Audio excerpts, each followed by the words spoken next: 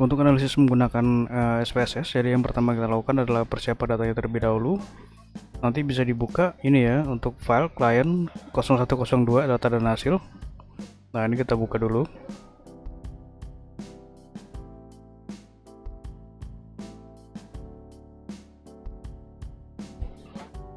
Nah, di sini ada data ya. Jadi data yang di set pertama ini adalah data penuh atau data yang belum direduksi.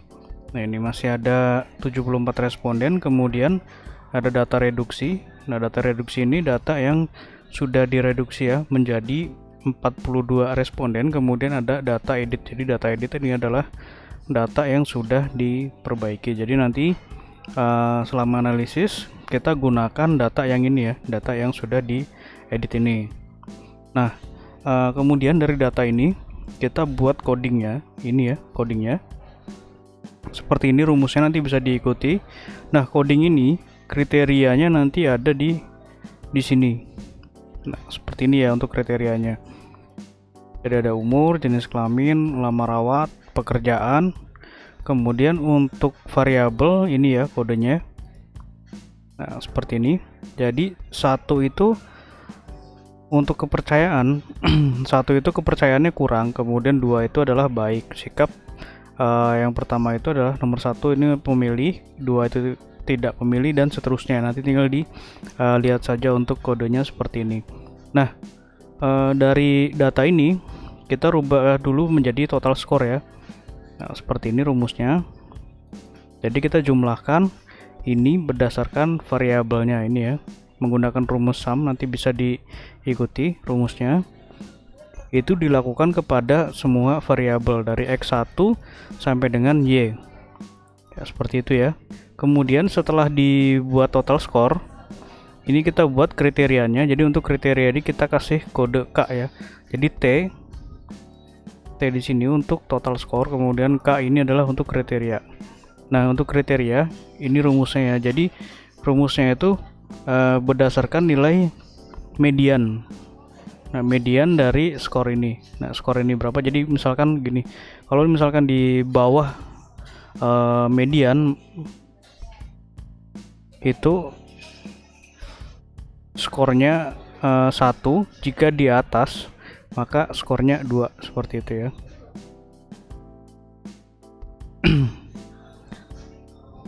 Nah, ini ya. Jadi misalkan gini, untuk X1 ini untuk responden nomor pertama, skornya itu di bawah median, di atas median ya, ini 2. Nah, berarti untuk kepercayaannya itu masuk ke dalam kategori baik. Nah, untuk responden yang nomor 2, untuk kepercayaannya masuk ke dalam kategori 1. Nah, 1 ini berarti untuk responden 2 ini memiliki kategori kurang ya dalam kepercayaannya, dan seperti itu dan seterusnya. Untuk semua variabel seperti itu cara membacanya. Nah, setelah variabelnya disiapkan seperti ini, kita buka aplikasi SPSS.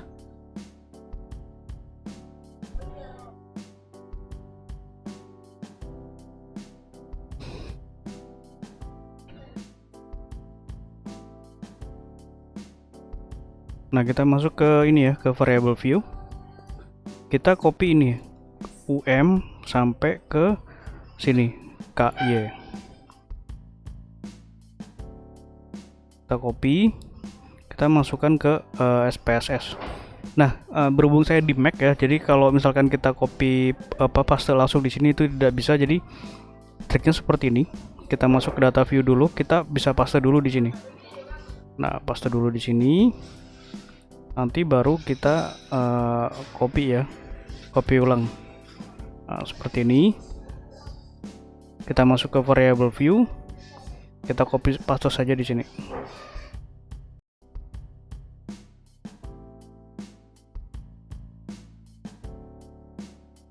Nah, seperti ini.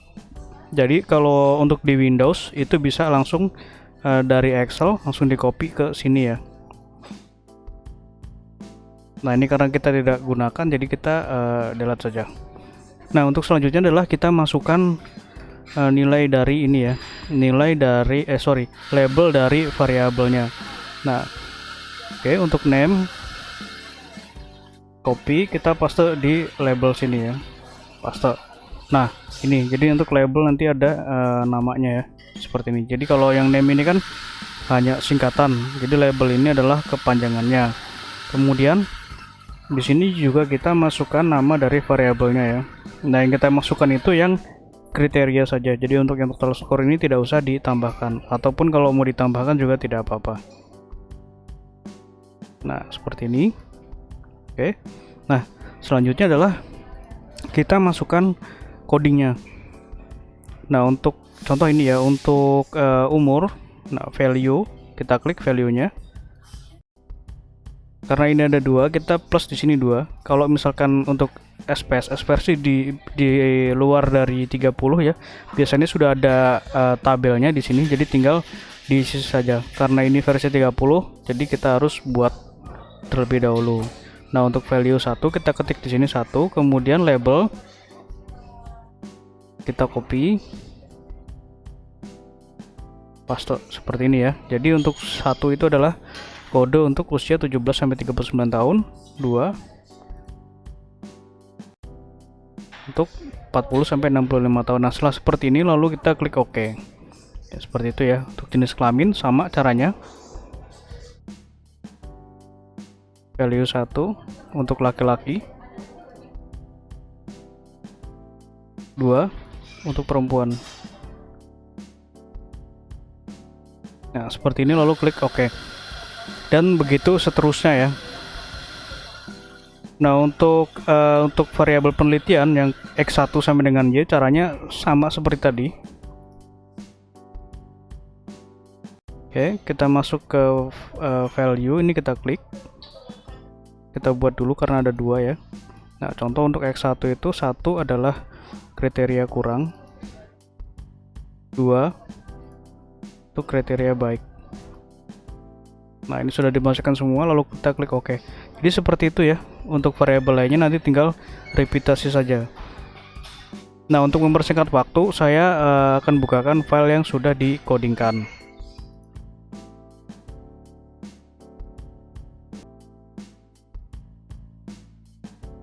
Nah, jika sudah dikodingkan semua nanti seperti ini ya. Nah, seperti ini. Lalu kita masuk ke data view. Selanjutnya adalah kita copy ini ya. Kita copy mulai dari sini. Nah, umur yang sudah dibuat kriteria sampai ke sini ya. Kriteria KY. Nah, copy, kita paste di sini. Nah, nanti akan hasilnya seperti ini. Nah, setelah seperti ini bisa di save ya, tinggal kita save saja file, kemudian save as. Nah, save atau save as terserah, nanti tinggal di save di mana yang kita inginkan. Oke, seperti itu.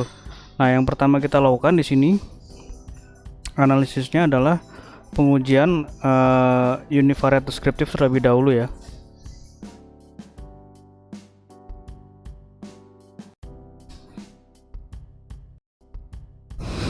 Ini untuk univariate descriptive seperti ini ya. Nah, caranya klik analyze, kemudian kita pilih menu descriptive, lalu kita klik frequencies. Nah, kita masukkan ini ya, umur, jenis kelamin, nah sampai jawaban responden ini kita masukkan. Nah, tekan save, kita blok ya, seperti ini. Nah, jadi untuk yang total ini tidak kita masukkan ya. Nah, yang kita masukkan ini yang kriteria, jadi dari kriteria skor X1 sampai dengan Y. Nah, seperti ini lalu kita klik OK.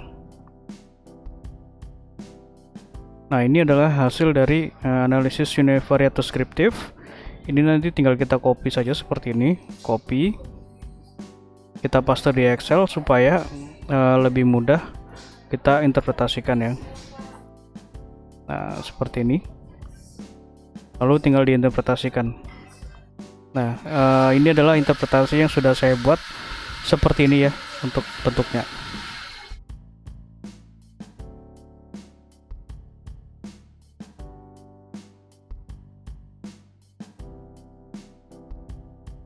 Oke, seperti ini. Selanjutnya setelah univariate deskriptif, kita lakukan analisis uji validitas dan reliabilitas.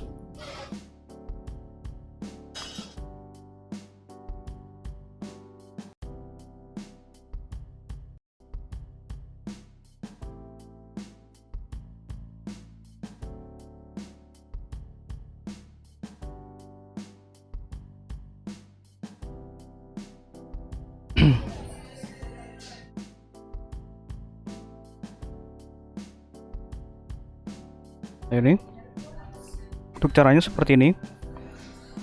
Klik analyze, kemudian kita pilih menu correlate, lalu bivariate. Nah, kita masukkan ini ya, x1 sampai dengan x7. Kita blok seperti ini. Kita masukkan ke variabel, kemudian kita masukkan total score. Nah, total score ini kodenya adalah T ya depannya. Nah, ini total score kita masukkan. Nah, seperti ini, lalu kita klik OK. Nah, ini adalah untuk uji validitas. Kemudian untuk uji reliabilitasnya seperti ini. Analyze, scale, reliability analysis. Kita masukkan X1 sampai dengan X7 ke kolom item. Lalu kita klik OK. Nah, seperti ini ya. Jadi, untuk uji validitas ini yang kita perlu perhatikan adalah ini ya. TX1. Nah, ini yang kolom yang paling akhir ini. Jadi, untuk yang ini itu tidak usah diperhatikan. Nah, ini untuk TX1. Nah, ini nilai sig-nya ini ya, sig-nya ini harus lebih kecil dari 0,05 baru dikatakan valid. Nah, ini bisa kita lihat semuanya sudah lebih kecil dari 0,05, maka untuk penelitian untuk variabel ini dikatakan seluruh datanya adalah valid. Selanjutnya adalah untuk uji reliabilitas. Kita lihat nilai dari kerombak alpanya ini ya. Dikatakan valid jika nilai kerombak alpanya di atas 0,6. Nah, ini sudah di atas 0,6, maka dapat dikatakan reliable. Nah, ini ya untuk uji reliabilitasnya. Jadi ini untuk uji validitas, ini untuk uji reliabilitas. Untuk validitas, sig-nya harus lebih kecil dari 0,05. Reliabilitas nilai kerombak alpha harus lebih besar dari 0,6. Ya, seperti itu ya. Jadi nanti analisis berikutnya untuk variabel lainnya sama seperti tadi, tinggal diulang saja seperti itu.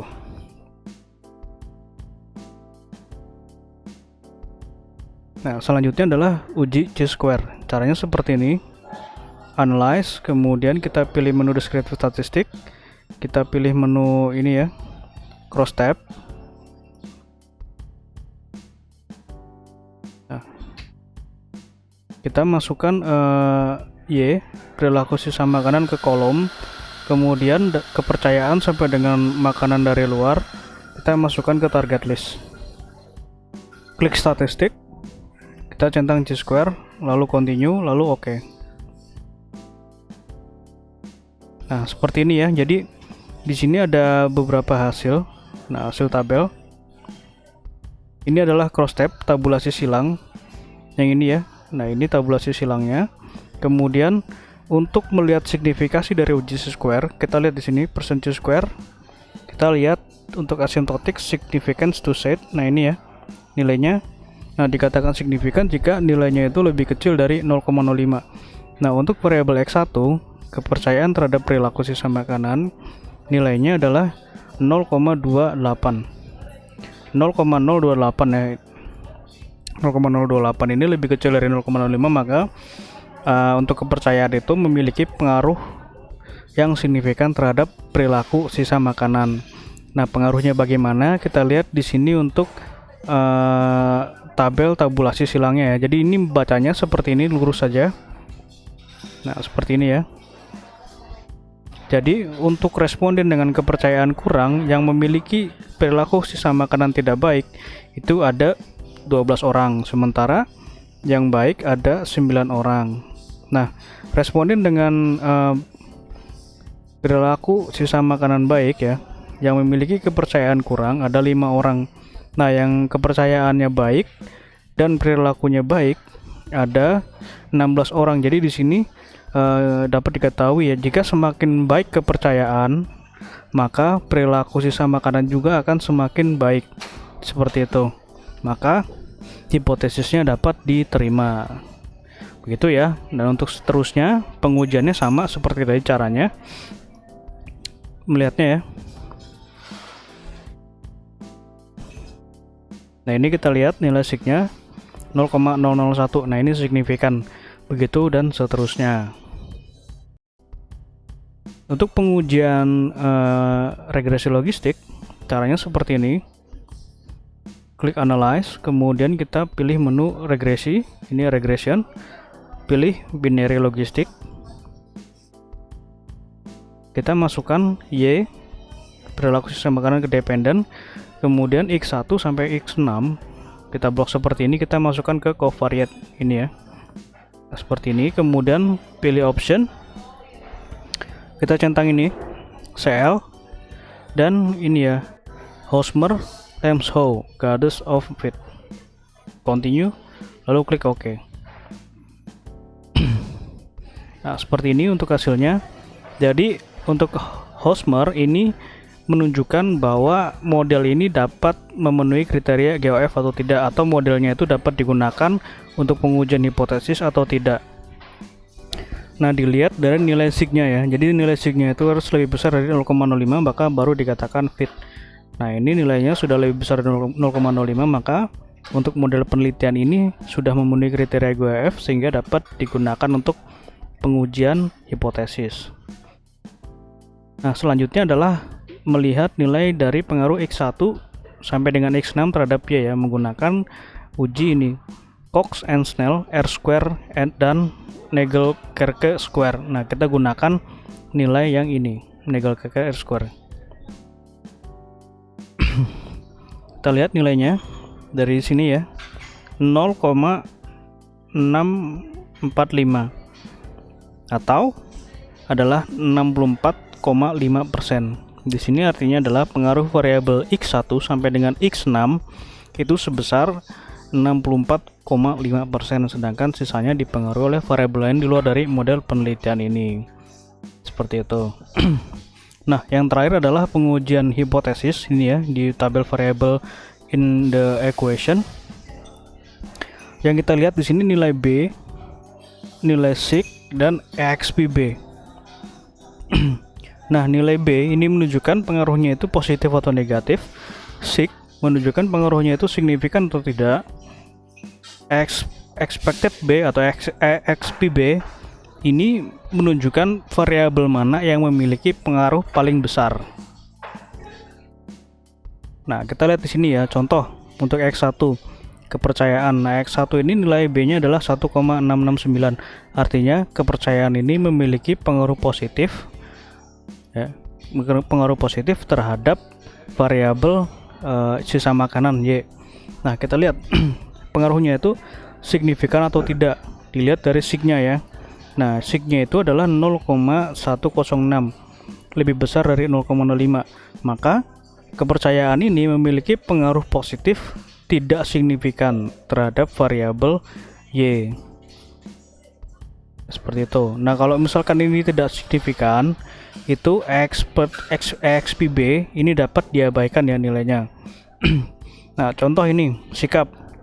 Nah, sikap memiliki pengaruh positif signifikan, maka EXPB-nya dapat digunakan. Nah, kita lihat di sini EXPB-nya. Ini nilainya 20, lebih besar dari variabel lainnya ya, maka dapat disimpulkan bahwa variabel sikap ini memiliki kontribusi atau pengaruh terbesar terhadap perilaku sisa makan. Seperti itu. Nah, yang signifikan lagi ini ya, ada yang nafsu makan. Jadi nafsu makan ini memiliki pengaruh positif signifikan dengan EXP-nya 15,158. Nah, ini urutan kedua ya. Jadi yang paling mempengaruhi di sini adalah, jadi gini urutannya. Nah, untuk uji ini ya, uji chi-square itu kita melihat variabel mana yang signifikan secara individu.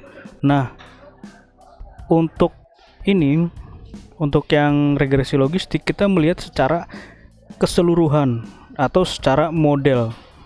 Nah, secara model itu dapat diketahui seperti ini ya. Jadi ada dua variabel yang signifikan, yaitu X2, sikap, dan nafsu makan. Nah, ini merupakan variabel yang berpengaruh. Nah, yang paling berpengaruh mana? Yang paling berpengaruh itu adalah sikap, kemudian yang kedua itu adalah nafsu makan, seperti itu.